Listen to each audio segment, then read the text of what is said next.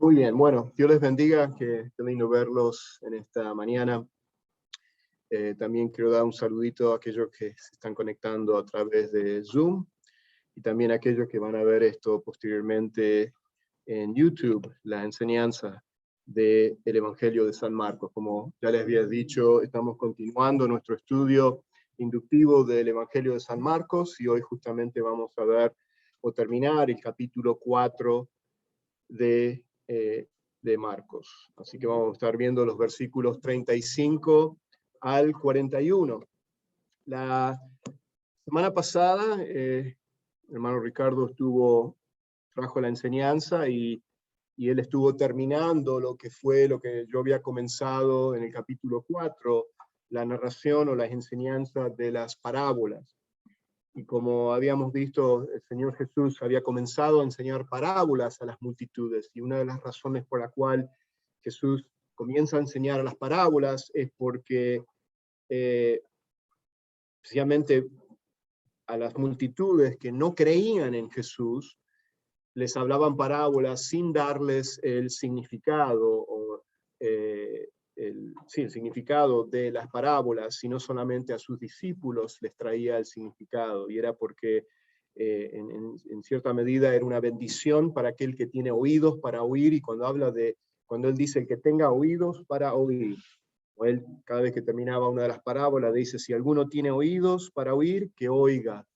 Eso se refiere al que cree, al creyente. El verdadero creyente, aquel que ha puesto su fe en Jesucristo, tiene oídos para oír. Y entonces estamos hablando de que puede entender las cosas espirituales, el mensaje espiritual. Y es por eso que vemos que Jesús interpreta o da el significado de las parábolas a sus discípulos, porque ellos tienen oídos para oír, y no a las multitudes que solamente seguían a Jesús porque eran curiosas o porque estaban atraídas por los milagros que Jesús hacía, pero más bien no era por el mensaje que Jesús estaba enseñando que ellos creían. Entonces vemos que la incredulidad de las multitudes vino a ser un juicio en contra de ellas, porque vemos que aunque oían el mensaje, no lo entendían. Pero aquel que oye el mensaje y cree, entiende, y aún se le va a dar más entendimiento. Y eso lo vimos en las parábolas de la semana pasada.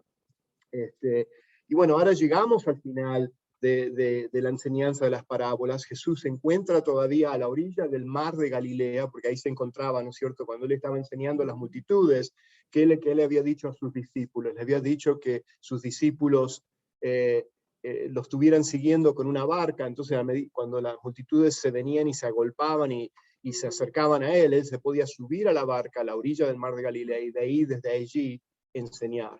Y bueno, precisamente eso es lo que vemos, buenos días, es precisamente lo que estamos viendo aquí en Marcos capítulo 4. Jesús se encontraba en la barca a la orilla del mar de Galilea, terminando de enseñar estas parábolas que vimos ya en estas últimas 2 semanas, y ahora nos encontramos que Jesús decide, ya terminando, ya estaba anocheciendo, ya había caído la tarde, ¿no es cierto? Me imagino que habrá sido un día entero de enseñanza, y como yo le había dicho, aunque Marcos es muy breve en sus narraciones, el Evangelio de San Marcos es el evangelio más corto, como yo ya les he dicho, pero vemos que en la narración de estas parábolas, en el capítulo 4, ha sido el capítulo 4 en el cual Marcos ha sido más detallado en sus enseñanzas. Muy bien. Así que hoy vamos a ver lo que es cuando Jesús calma la tormenta. Y precisamente esto está ocurriendo justamente después de que él enseña a las multitudes, está a orilla del mar de Galilea, él todavía está dentro de la barca cuando él estaba enseñando durante todo el día, y ahora él le pide a sus discípulos que van a cruzar al otro lado del mar de Galilea. Y ahora después les voy a mostrar un mapa para que nos ubiquemos en el lugar aproximadamente donde se encontraba Jesús. Sabemos que Jesús se encontraba en Galilea, a orilla del mar de Galilea, en lo que es en Capernaum, y de ahí van a salir a la otra orilla iba a ser como un viaje de aproximadamente de unos 5 kilómetros, el viaje de cruzando de una orilla a la otra orilla. Y vamos a ahora ver lo que el pasaje a continuación en Marcos 4, 35 al 41, lo que nos va a narrar aquí de los demás evangelios sinópticos, Lucas, Mateo. Precisamente en este pasaje de cuando Jesús calma la tormenta, es curioso de ver que aunque Marcos siempre ha sido muy breve en sus narraciones, o sea que Marcos solamente nos da los hechos, él se concentra en los hechos y va al grano, ¿no es cierto?, sin dar tal vez muchos detalles en la explicación, pero precisamente en esta historia de cuando Jesús calma la tormenta, es la más detallada de los demás, a comparación de los otros evangelios. Y es curioso que sea así, porque acá sabemos claramente de que, sabiendo de que Pedro se encontraba en esa barca precisamente juntamente con Jesús y los otros discípulos, sabemos de que Marcos puede tener todos esos detalles de lo que ocurrió precisamente en esa noche de la gran tormenta que se levantó ahí en el mar de Galilea, precisamente porque Pedro se lo comunicó a Marcos. Como ya habíamos dicho, el Evangelio de San Marcos, muchos lo mencionan como si fuera también el Evangelio de San Pedro, porque fue el apóstol Pedro quien le comunicó, le dio la información a Juan Marcos, el autor del Evangelio de Marcos, para que Marcos escribiese este Evangelio. Muy bien, entonces eso es lo que hemos estado viendo. Un poquito de introducción de lo que vamos ahora a ver. Es interesante de ver de que Marcos comienza el Evangelio demostrándonos que, o sea, él parte desde el punto anunciando de que Jesucristo es ¿quién? Jesucristo es el Hijo de Dios. Y de ahí él parte, de esa declaración que él hace en el versículo 1 del capítulo 1 de San Marcos, de que Jesucristo, Jesús, es el Cristo, el Mesías, el ungido, es el Hijo de Dios, que Él es divino, que Él es el Rey venidero. Él anuncia la inauguración del reino de Dios, ¿no es cierto? Y Él nos muestra, y de ahí Él comienza a demostrarnos, a comprobarnos de que Jesucristo es verdaderamente el Hijo de Dios, el Hijo del hombre, el Mesías, el Rey venidero, el Rey prometido, Dios encarnado. Entonces, de ahí él parte. Y como él lo comprueba, como él lo prueba, es a través de las enseñanzas de Jesús, pero no solamente lo que Jesús declara, sino que también lo que Jesús demuestra haciendo, ¿no es cierto?, los milagros. Vimos que Jesús afirmó hacer todo lo que solamente Dios puede hacer. Y por eso que Marcos, cuando alguien dice que los evangelios no mencionan, o que Jesús nunca menciona que Él es Dios, pero podemos ver claramente que Jesús afirma y dice solamente lo que Dios puede hacer. Entonces tenemos que concluir que Jesucristo sí afirmó ser el Hijo de Dios, Dios encarnado, Dios con nosotros, segunda persona de la Trinidad. ¿Por qué? Porque Jesús afirmó hacer lo que solamente Dios puede hacer. Él afirmó perdonar pecados. ¿Se acuerdan en Marcos capítulo 2, cuando el paralítico le dice que es más fácil decirle a este paralítico, toma tu lecho y anda, o tus pecados son perdonados? Para que sepan que el Hijo, o sea, del hombre, o sea, tiene potestad, o sea, tiene la autoridad, o puede perdonar pecados, le dijo al paralítico, toma tu lecho y anda, y salió caminando. O sea, que era una manera de comprobar de que, porque yo puedo decirte a ti, tus pecados son perdonados, pero ¿cómo la gente que está alrededor mío, cómo puedes saber que realmente, cómo comprobar que tus pecados son perdonados? Pero entonces le mostró, dice, para que sepan que yo tengo potestad, poder, o sea, porque soy Dios, porque solamente, y los fariseos sabían que solamente Dios podía perdonar pecados. Entonces, como dice, siendo hombre, ¿cómo puede decir que puede perdonar pecados? ¿No es cierto? Nadie se tomó, diríamos, las palabras que Jesús enseñó. Nadie, ningún buen rabino, ningún profeta de la antigüedad, nadie dijo las cosas que Jesús dijo. Entonces vemos claramente, como yo les decía en una de las enseñanzas, en el trilema de Jesús, en ese trilema de que Jesús era quien él dijo quién era. el Hijo de Dios, el Rey prometido, o era un loco lunático o un mentiroso. Pero no hay otra opción. O sea, y sabemos que no era un loco lunático mentiroso, porque él pudo comprobar a través de los milagros, a través de las señales y prodigios que hizo Jesús, de que él realmente era quien él dijo quién él era. Entonces vemos que Jesús, muchas cosas, él declaró ser el Señor del día de reposo. O sea, ¿qué rabino se atrevería a decir esas cosas? Él tenía el poder de contestar las oraciones, como nos dice en Juan 14, cuando él dice, lo que pidieres ¿dónde está? 14:13, cuando dice, y todo lo que pidáis en mi nombre, lo haré para que el Padre sea glorificado en el Hijo. O sea, acá Jesús está diciendo de que él tiene el poder de contestar oraciones. O sea, sabemos que ningún maestro, ningún profeta tomó hacer ese tipo de declaración. Entonces, claro, los fariseos, al escuchar esas declaraciones, esa enseñanza, no quedaba otra cosa que concluir, de decir, este verdaderamente es el Mesías prometido. Y bueno, y un montón de otras cosas podemos decir, que Jesucristo también tomó el derecho de ser adorado, ¿no es cierto? De recibir adoración, como nos dice en Juan 5 también. En Juan 5 nos habla de que, y esto es rápido, para que ustedes vean, para que ustedes puedan ver aquí a la deidad de Jesús. Hay tantos pasajes que podemos ver la deidad de Jesús. Cuando él en Juan 5:23 dice, para que todos honren al Hijo, así como honran al Padre. ¿Cómo es que es esto? ¿Que se hace igual al Padre? O sea que si el Padre es honrado y adorado, él está diciendo para que ustedes dice, honren al Hijo así como honran al Padre. El que no honra al Hijo, o sea, el que no me está honrando a mí, dice, no honra al Padre que le envió.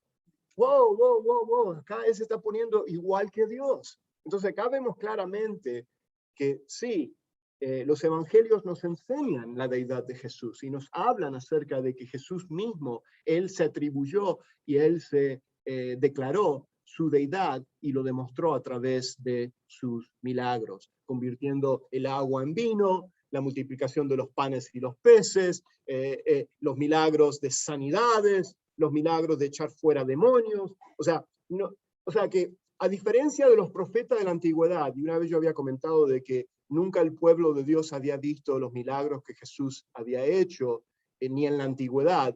Quiero aclarar eso, porque aunque sí en la antigüedad vemos un Eliseo, Eliseo que resucitó, o sea, a un muchacho, pero a diferencia de eso, Eliseo tenía que pedirle a Dios. A diferencia con Jesús, Jesús manda, Jesús le dice, levántate y anda. O sea, acá Jesús no está, o sea, orando al Padre o pidiéndole a Dios que haga el milagro, sino que él ordena directamente la sanidad.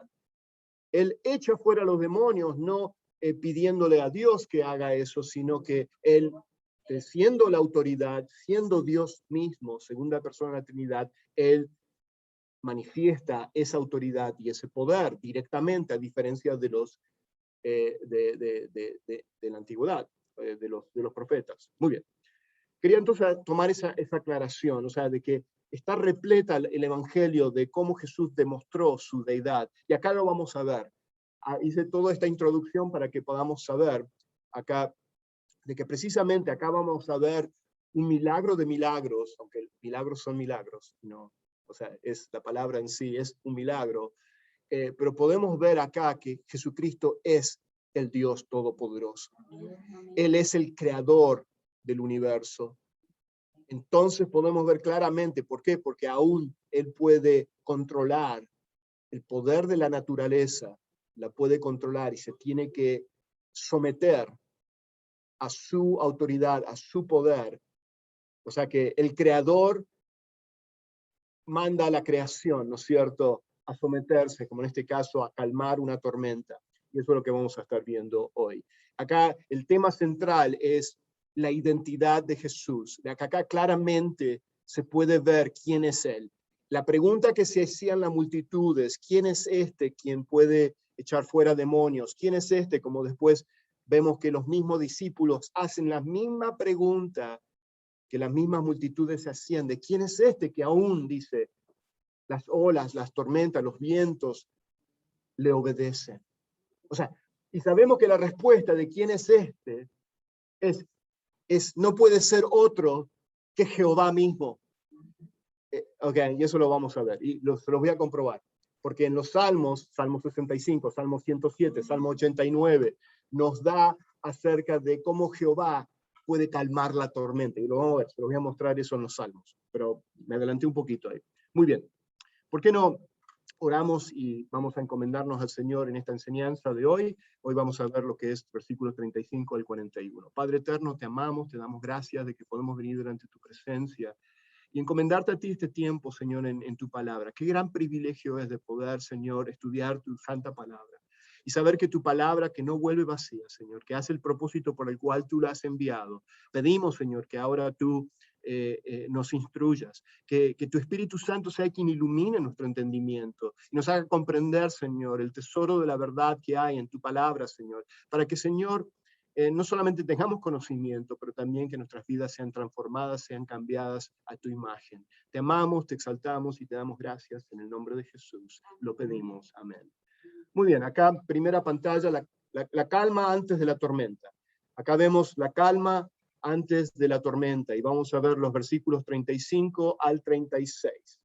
35 al 36. Nuevamente les repito, Jesús enseñaba a las multitudes desde una barca juntamente a la orilla del mar de Galilea, y justamente ahora nos encontramos que ya cayó la tarde, ya había oscurecido, ya estaba anocheciendo, y justamente es aquí cuando ya es de noche, y nos dice el pasaje 35-36, dice aquel día, o sea, estamos hablando del mismo día, a continuación terminando las enseñanzas de las parábolas, dice aquel día, cuando llegó la noche, les dijo, pasemos al otro lado. Y yo marqué eso y lo subrayé, y quiero que ustedes también presten atención, observan las palabras que están aquí escritas. Pasemos al otro lado. Y despidiendo a la multitud, ¿se acuerdan? Estaban con la multitud, le tomaron como estaba, o sea, le tomaban como estaba porque Jesús estaba todavía en la barca, o sea, que Jesús no se había desembarcado, sino que estaba todavía en la barca después de que él estaba enseñando a las multitudes a la orilla, y los discípulos en la barca, y habían también con él otras barcas, o sea que se dirigieron a pasar al otro lado del mar de Galilea, y eso lo vamos a ver. Aquí lo tengo, una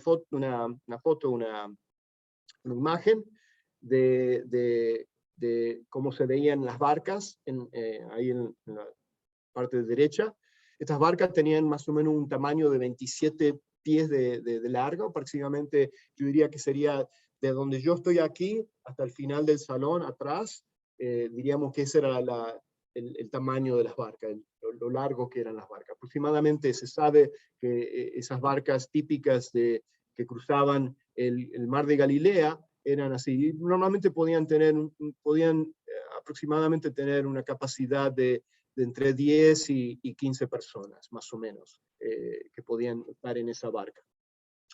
No sé hace cuánto, unos años atrás, descubrieron en unas investigaciones que estaban haciendo en el mar de Galilea, encontraron restos debajo del mar de Galilea de una barca que dotaba o venía del tiempo de Jesús. O sea, y por eso tenemos conocimiento de cómo las barcas se veían y el tamaño que tenían. Ahí tenés también la parte del fondo, en la imagen que tenés ahí en la pantalla, tenés lo que es el precioso y hermoso mar de Galilea. El lago de Galilea, que se le dice mar de Galilea, pero es realmente un lago. ¿Por qué se le dice mar? Porque tiene una cierta fuente de agua que viene del mar Mediterráneo. Tiene aproximadamente 13 millas de largo en su longitud. Ahora le voy a mostrar en otra foto, y tiene aproximadamente 8 millas de ancho. Aquí en este viaje que están haciendo, que Jesús les dice, pasemos al otro lado, se cree que aproximadamente, hay el comentarista y teólogo Barclay, dice que aproximadamente fueron unas 5 millas que estaban navegando ellos, de una costa a la otra. O sea que eso era. Y normalmente viajaban de noche, porque durante el día era de costumbre, y no era algo que era inusual, de que venían tormentas repentinas en el mar de Galilea, en este lago de Galilea. ¿Y por qué es eso? Tenemos que entender que el lago de Galilea, o el mar de Galilea, como se le conoce, es el mar o el lago más bajo, o sea, que está debajo de 200 metros, aproximadamente como unos 200 metros debajo del nivel del mar. O sea, que se den cuenta que como es una olla. O sea, está acá abajo el mar de Galilea, y acá está el mar Mediterráneo está acá arriba, y el mar de Galilea está acá abajo. Aproximadamente unos 200 metros de profundidad está debajo. ¿Okay?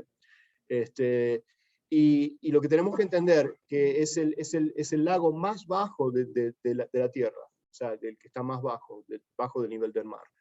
También, juntamente con él, está el Mar Muerto. Entre los dos, el Mar Muerto y el mar de Galilea, son los dos, diríamos, fuentes de agua o cuerpos de agua que son los más bajos que se encuentran en la Tierra. Ahora, rodeando lo que es el Mar de Galilea se encuentran montañas. Y lo que normalmente ocurre, y lo que han estudiado, de que los vientos es como si forma como un canal, un túnel de viento se forma por la profundidad que tiene el mar de Galilea, que está debajo, y los montes que están alrededor, normalmente ocasionan esas ráfagas fuertes de viento y tormentas que de repente vienen y se levantan y se desatan ahí en el mar de Galilea. Acá tenemos la imagen de Mar Galilea, como yo les decía, la distancia 13 millas de largo, es como tiene una forma de arpa, diríamos casi el mar de Galilea, y tiene unas 8 millas. Ahí en la pantalla ahí aparece en el centro, dice negativo 214, o sea, negativo 214 metros. O sea que está 214 metros debajo del nivel del mar. Bueno, y es por eso que ocurren este tipo de tormentas, que no es nada fuera de lo común, sino que los pescadores ellos estaban muy informados o sabían muy bien de ese tipo de tormentas que ocurrían. Muy bien. Eso es hablando acerca de... pero lo interesante acá, y la palabra que yo quiero que ustedes subrayen, es que Jesús dice, pasemos al otro lado. Quiero que mantengan esa palabra. Jesús dijo que iban a pasar al otro lado. O sea, oye, había sido un largo día de predicar las multitudes, ahí está en la pantalla lo que estoy mencionando, ahí junto al mar de Galilea, y parábolas usando, acá Jesús había usado parábolas, usando analogías acerca de terrenos, lámparas, semillas de mostaza, o sea, esa semilla tan pequeña, así similares al reino de Dios. Comienza muy pequeño y después el reino de Dios iba a expandirse de una manera increíble, ¿no es cierto?, a la fecha de hoy, que nosotros somos el resultado, ¿no es cierto?, de esos fieles apóstoles que comenzaron, y como vemos, cómo el cristianismo ha crecido a través de los siglos. Y bueno, esas son las analogías que Jesús trajo acerca de que el reino de Dios es similar a esto, ¿no es cierto? Y eso fue lo que Ricardo trajo la semana pasada, acerca de esas parábolas. Una de ellas es de que solamente Dios puede cambiar el corazón, y es a través de la regeneración de que nosotros podemos, que nuestros corazones son iluminados y que podemos nosotros creer en el Evangelio, y podemos nosotros crecer ahora en el Evangelio. Ese crecimiento viene del Señor, ¿no es cierto? Y bueno, y toda esta analogía de que solamente la salvación es un milagro de Dios y es el resultado de la regeneración. Los incrédulos no pueden entender el mensaje espiritual, porque lo espiritual solamente se puede discernir espiritualmente.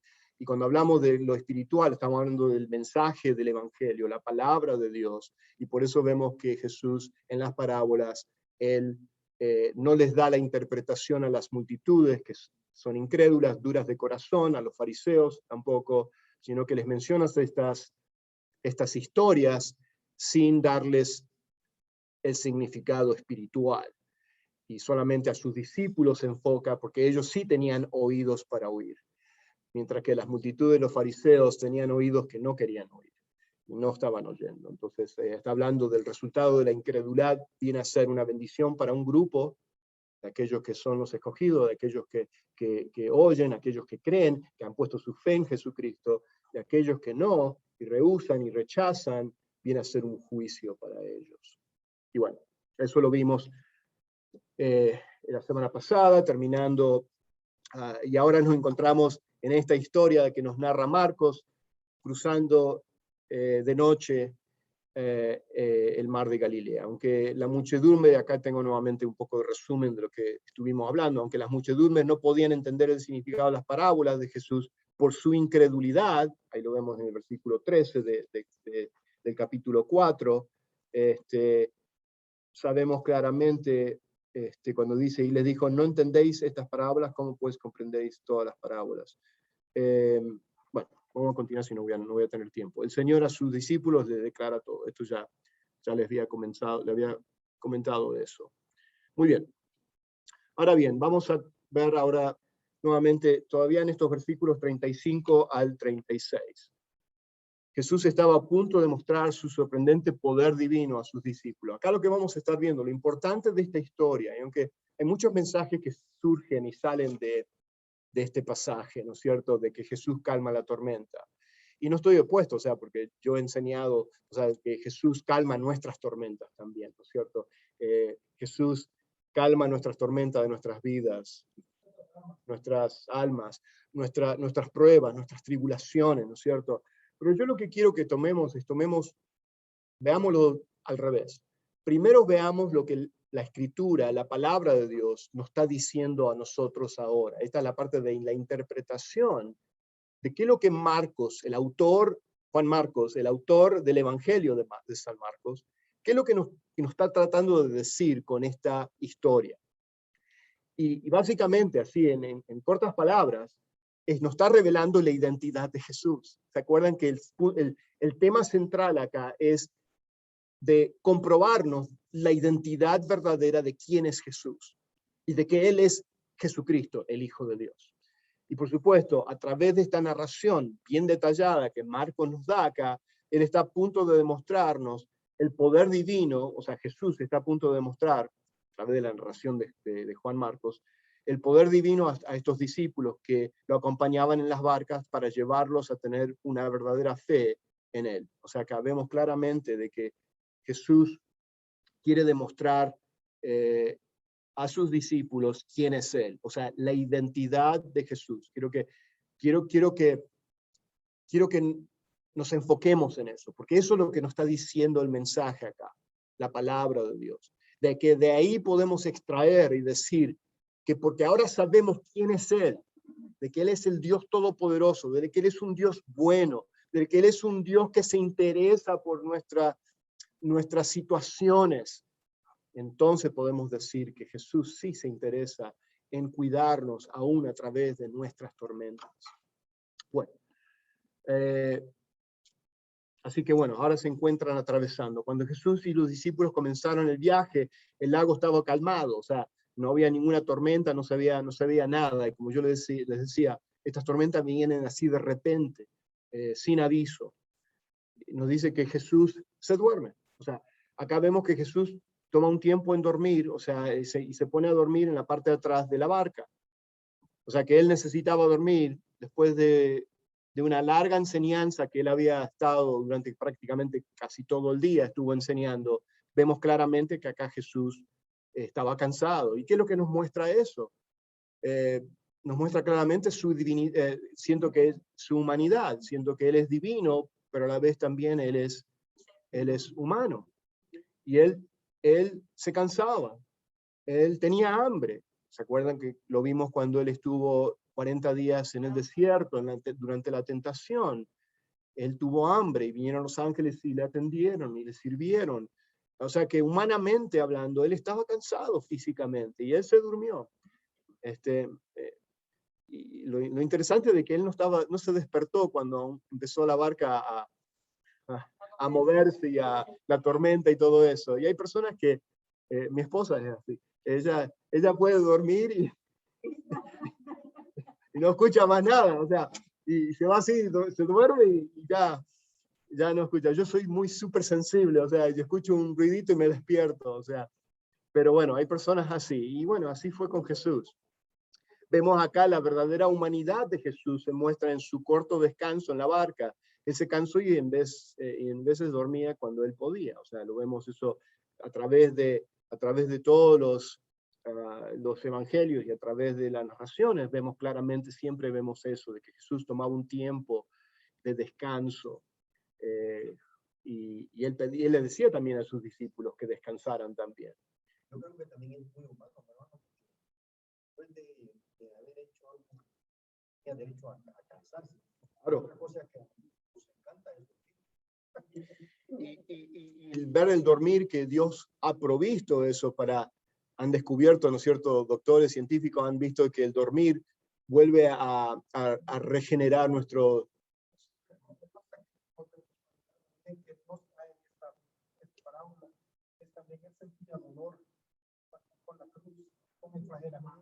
Ah, sí. No se enfoca en eso, pero sí le dolió a él. Claro.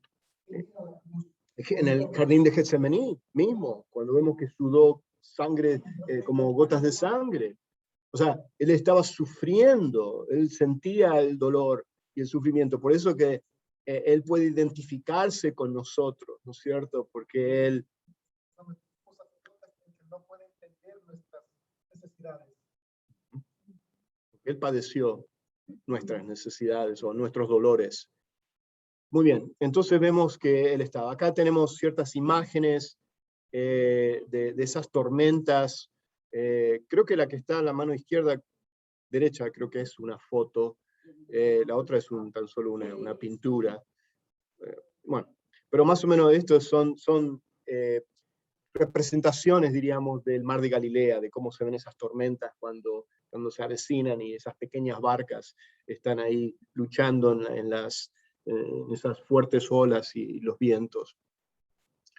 Entonces, como yo le decía, el mar de Galilea era conocida por sus tormentas violentas y repentinas. Entonces podemos ver y darnos cuenta, o sea, ahora podemos entender la reacción de los discípulos que ahora vamos a ver. Ok, ahora viene la calma durante la tormenta, versículos 37 al 38, vamos a ver. Dice, pero se levantó, o sea, después de que Jesús, ahí está, él está durmiendo, dice, pero se levantó una gran tempestad de viento y echaba las olas en la barca, de tal manera que ya se anegaba. Y él estaba en la popa, o sea, en la parte de atrás de la barca, durmiendo sobre un cabezal, y le despertaron y le dijeron, maestro, ¿no tienes cuidado que perecemos? Quiero que ustedes analicen un poco lo que los discípulos le acaban de decir al maestro. O sea, lo que le preguntaron. No vinieron y le dijeron, Jesús, ayúdanos, que estamos ahogando. Le dijo, no ven un tono, no te importa, pero no ven un tono de reproche. ¿Se dan cuenta? Ven como lo están exhortando al maestro, lo están reprochando, como diciendo, no te interesas por nosotros que nos estamos a punto de ahogar. Y eso es lo que quiero que mantengan eso, ¿ok? Pero que también ustedes subrayan la palabra, dice una gran tempestad. Marcos utiliza la palabra acá en el griego, que es la palabra magna, que es la palabra de magna, de algo que es enorme, es súper grande, ¿ok? De ahí viene la palabra magnitud, o mega, thank you, mega, gracias, me equivoqué, de mega, de grande, de algo sumamente grande. Entonces de ahí viene esa palabra gran, o en este caso de ser una gran tempestad. Para que entonces nos demos cuenta de la magnitud, ¿no es cierto?, de lo mega grande que es, ¿no es cierto?, la gran tormenta. Pero creo que querían que ustedes se enfocasen en esas palabras y especialmente en la pregunta, en la exclamación que hacen los discípulos que están en la barca con Jesús. No tienes cuidado que perecemos, nosotros estamos pereciendo. Oye Jesús, ¿no te preocupas por nosotros? O sea, ¿qué clase de pregunta es esta? Porque acuérdense que ellos habían visto los milagros, habían presenciado, ¿cierto? Cuando él echó fuera a los demonios. O sea, vemos los milagros que Jesús hizo. ¿Cómo es que le preguntan eso a ellos? Y por supuesto que después vemos que la respuesta que Jesús hace, de que por qué, dónde está la fe de ellos, es precisamente por esa pregunta que hicieron. Porque si ellos hubiesen clamado más bien, Señor, ayúdanos, eso es una expresión de fe. O sea, podés estar en temor, podés estar, o sea, el temor no es nada, diríamos, malo en el sentido porque es una reacción nuestra en frente de una adversidad o de una tormenta, como en este caso, y ellos dicen que estaban llenos de temor, estaban realmente atemorizados, pero el punto acá es de que podemos, en medio del temor, podemos clamar a Dios en fe, ¿no es cierto? Creyendo de que Él puede ayudarnos en medio de nuestros temores y nuestras pruebas y nuestras tormentas. ¿Quién dormía en la barca? O sea, quien dormía en la popa de la barca. Acá escribí esto porque quiero que ustedes se den cuenta. Quien estaba durmiendo en la parte de atrás de la barca, exhausto después de un día de intensa administración, es el mismo que va a despertarse para detener la enorme tormenta. O sea, que vemos la humanidad de Jesús durmiendo ahí, descansando físicamente, y después vemos la deidad de Jesús. Acá vemos su identidad. Eso es lo que yo le estoy diciendo. Acá lo que Marcos nos está enseñando es quién es Él. Y entonces, cuando sabemos quién es Él, podemos entonces de ahí extraer de este pasaje de que Él puede calmar nuestras tormentas, nuestras vidas, Entonces, es por eso que fuimos a través de los nombres de Dios, a través de se me fue ahora lo que la enseñanza. No, la última enseñanza que dimos acerca de los diferentes atributos, perdón. Se me había olvidado qué es lo que habíamos enseñado. La lección anterior, antes de comenzar el Evangelio de San Marcos, fuimos a través de los atributos de Dios. Y ahí la importancia, yo le decía, la importancia de ver la identidad de quién es nuestro Dios, porque eso afecta nuestra fe, afecta nuestra confianza y es acá lo que Jesús les quiere demostrar y les quiere enseñar a los discípulos. Es precisamente eso lo que Jesús quiere enseñarles a ellos. Ellos no pasaron la prueba, o sea que vemos que no confiaron en Jesús, pero a pesar de eso, ellos aprendieron, ¿no es cierto? Jesús les demostró quién Él era. Tuvo que haber sido una gran tormenta para que los veteranos pescadores estuvieran en pánico. Imagínense, ahí estaban pescadores, ahí estaba Andrés, ahí estaba Pedro, ahí estaba Juan, ahí estaba Jacobo, o sea, estos eran veteranos, o sea, en la pesca. Ellos eran expertos, ellos vivían, ellos sabían acerca de estas tormentas, pero esta era tan grande, esta tempestad era peor de la que tal vez nunca ellos en sus vidas habían visto. Al punto de que el agua se estaba metiendo adentro, ¿y qué pasa? No hay suficiente manera de sacarla fuera al agua, y la barca empieza a hundirse. Ahí está la pregunta nuevamente. ¿No tienes cuidado que perecemos? Ahora, no era una petición. No le estaban pidiendo a Jesús que le ayudase, sino, o sea, que él hiciera algo, sino una protesta. O sea, era un reclamo, estaban protestando en contra de su aparente indiferencia, porque nuevamente estaba durmiendo. ¿No te interesa? ¿Cómo que estás durmiendo? ¿Cierto? Que estamos pereciendo. O sea que estaban juzgándolo a él de ser alguien que realmente no cuida de ellos, de que realmente no se interesa por los problemas que ellos estaban pasando. Imagínense que ellos estén acusando al Hijo de Dios, al Rey de Reyes.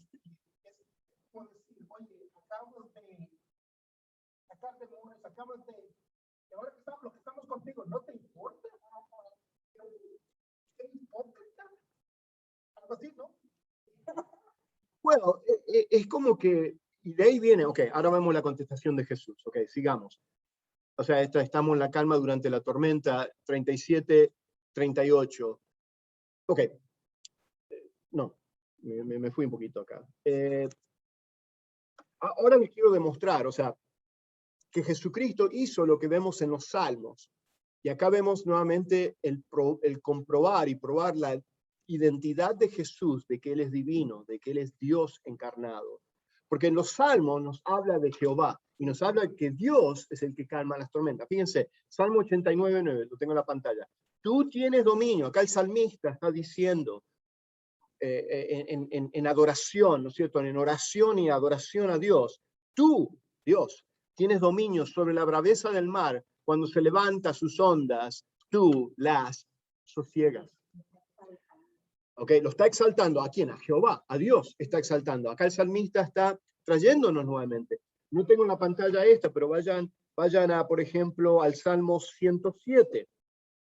Salmo 107, en el versículo 29. Dice, en el Salmo 107, en el versículo 29, nuevamente el salmista, el título del Salmo al comienzo, en el Salmo 100 dice, Dios libra de aflicciones. Ese es, diríamos, el tema central del Salmo 107. Dios libra de aflicciones. Y en esa manera poética que escribe, el salmista escribe, ¿no es cierto?, su adoración, su oración a Dios, porque eso es lo que es. El himnario de los judíos era el libro de los Salmos, y también lo podemos usar como un libro de oración también hacia Dios. Pero acá dice, cambió la tempestad en calma y las olas del mar callaron. Acá está hablando de Dios. Dios, o sea, Él es el que puede, ¿no es cierto?, sacarnos de la aflicción, y quien puede cambiar la tempestad ¿en qué? En calma, y las olas del mar callaron. Ahora, los discípulos podían asociar ahora esto, lo que Jesús está a punto de hacer callar a las olas, mandarle al viento, es precisamente para que ellos se den cuenta de que Jesús es el Dios de los salmos, es el mismo, es el Dios todopoderoso. Entonces, ahí es increíble de ver eso. Entonces, quien me dice que Jesús no es, en los evangelios no se comprueba, no se puede comprobar de que Él es Dios, están ciegos realmente las personas que dicen eso, o sea, o que argumentan ese punto. Fíjense, lo vieron ahí en el Salmo 107. Fíjense en el Salmo, uno más. 65. Ajá. En el 65, en el versículo 7. Y si ustedes van en sus Biblias, ese versículo, la referencia que hace ese versículo 7, en el Salmo 65, como en el 107, hace referencia precisamente a este pasaje. No menciona, mi Biblia no menciona Marcos 4, pero sí Mateo 8, que también, Mateo 8:26, que es el mismo pasaje de cuando Jesús calma la tormenta. ¿Se dan cuenta? Lo está dando como referencia, como diciendo, esto está conectado con lo que Jesús dijo e hizo cuando Él calmó la tormenta. Fíjense, 65:7. Él calma, ¿el qué? El rugido de los mares, el estruendo de las olas y el tumulto de los pueblos. Vemos claramente acá que ¿quién es Él? El que calma, ¿no es cierto?, el rugido de los mares. Está hablando de Dios. Vamos un poquito más atrás.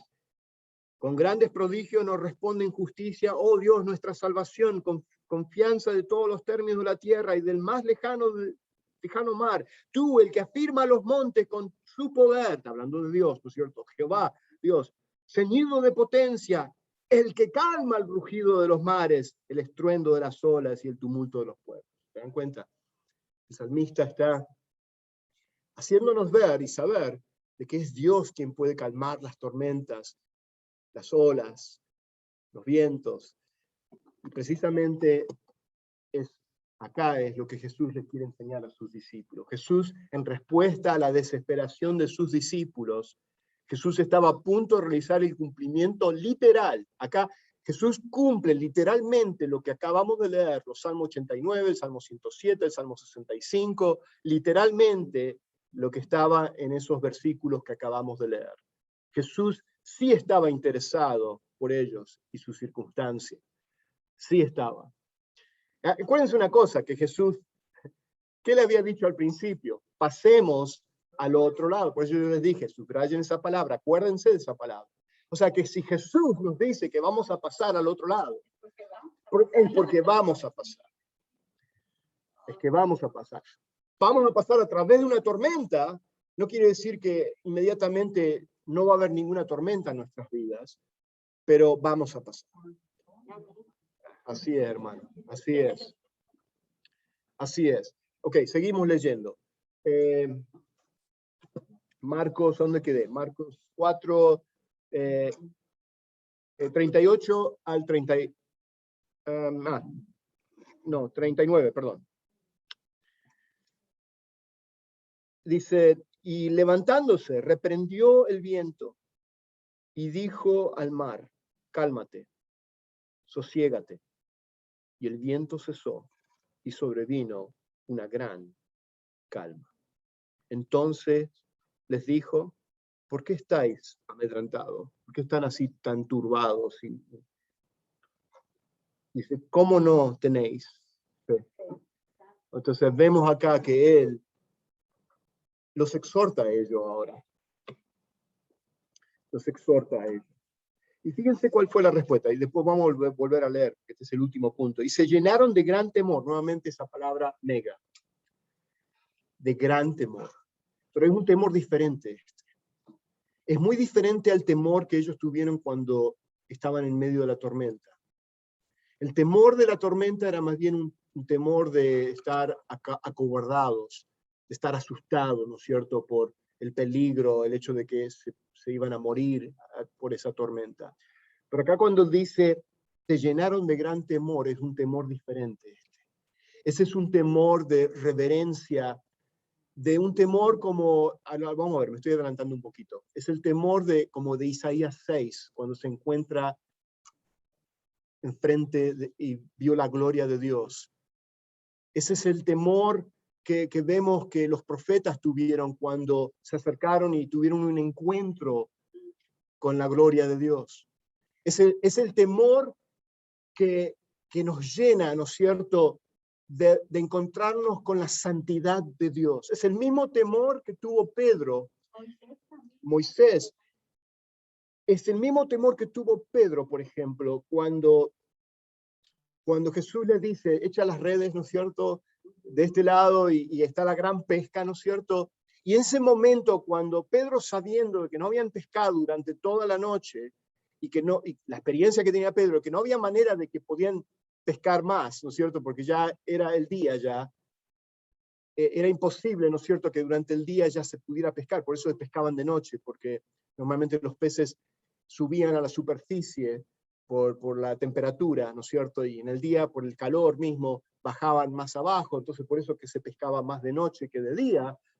Pedro, sabiendo toda su lógica, ¿no es cierto?, de experiencia de pescador, él pudo ver que eso fue un milagro, de que lógicamente no había una explicación lógica de que si no habían pescado dentro de la noche, ¿cómo puede ser que esta persona, que no es ni siquiera un pescador, que le diga, echa la red de este lado, ¿no es cierto?, y de ahí sacaron una pesca tan grande que las barcas no podían, ¿no es cierto?, sostener, o se hundían prácticamente casi del peso de los pescados. Es la misma reacción que tuvo Pedro, que cuando lo ve a Jesús, él se cae de rodillas y le dice, apártate de mí, que soy pecador. O sea que tuvo el encuentro con la gloria de Dios y la santidad de Cristo, y en esa manera tuvo esa reacción, ¿no es cierto?, de Pedro, de tener un temor reverencial, un temor de encontrarse cara a cara, ¿no es cierto?, con la presencia misma de Dios. Y es en ese sentido que vemos que ellos tuvieron un gran temor, porque después ellos se preguntan, ¿quién pues es este que aún el viento y el mar le obedecen? Wow. Ahora vamos a ver un poquito más en detalle. Acá vemos claramente que él manda, ¿no es cierto? Es una expresión, la palabra para callar o calla, o sea, calla, enmudece, ¿no es cierto?, es la palabra griega que Jesús usó antes cuando él ordenó a los demonios que se callasen y salieran fuera, ¿no es cierto? Es una orden, está tomando una orden, está declarando, haciendo una orden, ¿no es cierto?, que se callase, que saliera fuera, ¿no es cierto? Y la misma palabra que él utilizó cuando él echa fuera a los demonios, de mandar, ¿no es cierto? O sea, Está hablando que solamente el Creador puede tener ese dominio de mandar algo, ¿no es cierto? Y ordenar. No son esos falsos maestros ni profetas que están ahí, que se declaran profetas en la televisión, que declaran y proclaman y mandan, y que dijeron que el coronavirus iba a exterminarse. Ahí vi unas grabaciones de que mandaban al COVID-19 de que se fuera, y esto fue el año pasado, ¿no es cierto?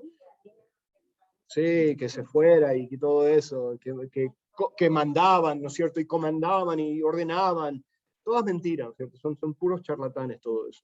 Solamente Jesucristo fue el que pudo mandar con el poder de la palabra. ¿Por qué? Porque Él es el creador, Él es el Dios todopoderoso. Muy bien. Siempre tengo que mantener a alguien ahí. Aclarar bien. De la misma manera que Jesús reprendió los poderes espirituales y le obedecieron, así también los poderes naturales se sometieron al mandato de autoridad de su creador. No había otra manera. Así como los demonios no tenían otra opción que obedecer a Jesús. O sea, no se pusieron a discutir, ni Jesús estuvo ahí luchando, ¿no es cierto?, para que saliesen los demonios, o sea, todo un show. No hubo un show. Él mandó, y no había otra cosa, tenían que obedecer. Él mandó la enfermedad, y la enfermedad tenía que desvanecerse y sanarse. No es que después tuvieron que ir al doctor y que después descubren que no, la persona ya estaba yendo a través de quimioterapia y todas estas falsas sanidades que a veces escuchamos en estos que ponen shows de campañas de sanidad. O sea, lo que hacen más daño, ¿no es cierto?, a las personas, porque aquellos que no son sanados, después no, realmente ya dicen, hacen la pregunta de que Dios no se interesa por mí. Yo lo sé porque yo estuve en esas campañas. Años atrás, cuando yo seguía a cierto predicador que hacía todas estas campañas de sanidad, yo estuve en sus campañas y yo era un gran seguidor hasta que quedé decepcionado de ver lo farsante y lo engañadores y el show que ponían de mentiras. Sí. Bueno, enough said. Entonces, el resultado fue instantáneo y la calma fue, ¿cómo fue la calma? La calma fue grande. Nuevamente esa palabra, grande. Aunque fue una gran tormenta, una mega tormenta, pero después la calma fue también mega. Una mega tormenta instantánea. Vemos cómo Jesús puede intervenir y traer. Pero interesante la pregunta que hace Jesús acá. O sea, ¿cómo no tenéis fe? Y la respuesta a eso es de que ellos demostraron, o sea, de no confiar en el Señor por la pregunta que le hicieron a Él, ¿no es cierto?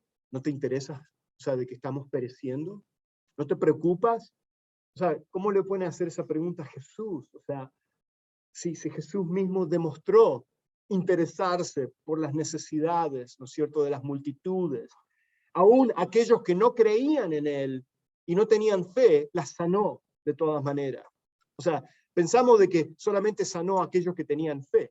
No, sanó a las multitudes, que muchas de ellos fueron sanadas y aún no creyeron en Él.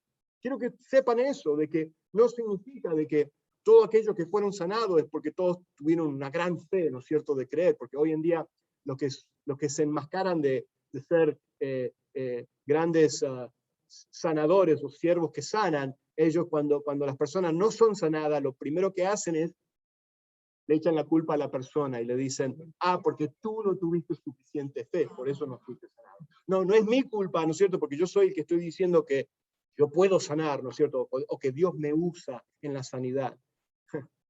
Qué fácil eso, ¿no es cierto? Qué fácil. Pero cuando estudiamos la palabra de Dios, Jesús no significa que sanó solamente a aquellos que tenían fe en Él, pero sanó también a aquellos que no tenían fe en Él, aquellos que no creían. De todas maneras, Él lo sanó. ¿Por qué? Porque estaba demostrando nuevamente de que Él es el Hijo de Dios, el Mesías, el Rey venidero. Él iba a realizar todo esto. Mira, era una señal para que entonces ellos pudieran reaccionar a creer en Él, ¿no es cierto? De que vieran los milagros y pudieran responder con fe. Jesús los reprende de no tener fe, porque ellos no creían en su palabra. ¿Y qué palabra había dicho Jesús? pasemos al otro lado. O sea, él ya les había dicho que iban a pasar. Pero tampoco habían creído en él, ¿no es cierto?, de que él iba a cuidar de ellos, después de ver todos los milagros que Jesús había hecho. Y acá ya terminando, vemos acá que entonces, dice, esto ya lo había leído en el versículo 41, entonces temieron con gran temor y se decían el uno al otro, ¿quién es este que aún el viento y el mar obedece? Y la misma pregunta, ¿no es cierto?, que se estaban haciendo las multitudes. Los discípulos tuvieron gran temor porque se dieron cuenta, escuchen bien esto es lo que yo les decía anteriormente, tuvieron gran temor porque se dieron cuenta que el Creador estaba en la barca. Se dieron cuenta que alguien más, no un mero rabino, no un otro profeta más, acá se dieron cuenta que el Creador mismo estaba en la barca con ellos. Fue la misma reacción de Ezequiel cuando tuvo la visión de la gloria del Señor. Ezequiel 1:28. ¿Qué dice Ezequiel 1:28? No, pero bueno, ahí está la de Isaías 6 también. Por ejemplo, Isaías cuando él dice, ay de mí, porque cuando él vio la gloria de Dios, ¿no es cierto? Dice, ay de mí, porque perdido estoy, pues soy hombre de labios inmundos y en medio de un pueblo de labios inmundos habito porque han visto mis ojos al Rey, el Señor de los ejércitos, dice Isaías 6.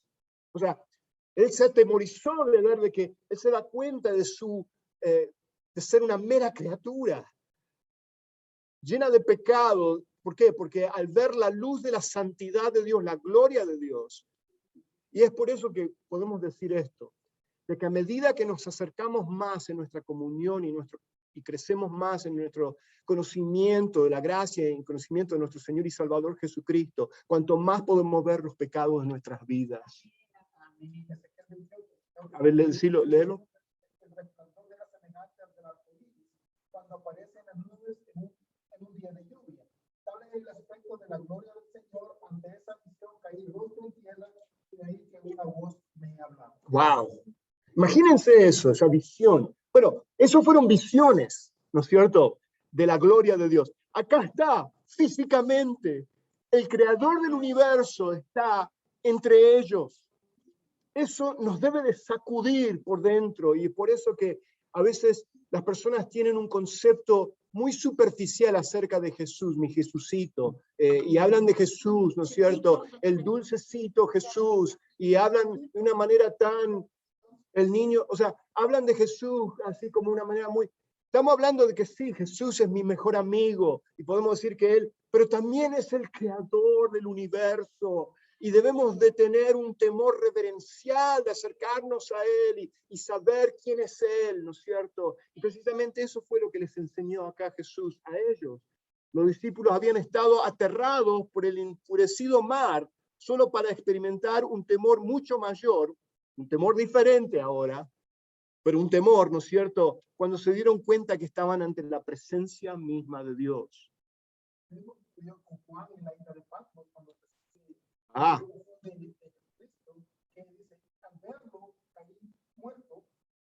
Ese fue interesante porque yo usé ese versículo hablándole a los testigos de Jehová y los empecé a preparar, ¿no es cierto? Entonces le estoy haciendo leer al testigo de Jehová que había venido a la puerta de la casa y yo le estoy diciendo, ¿de quién está hablando acá? Y la persona me dice, de Jesús.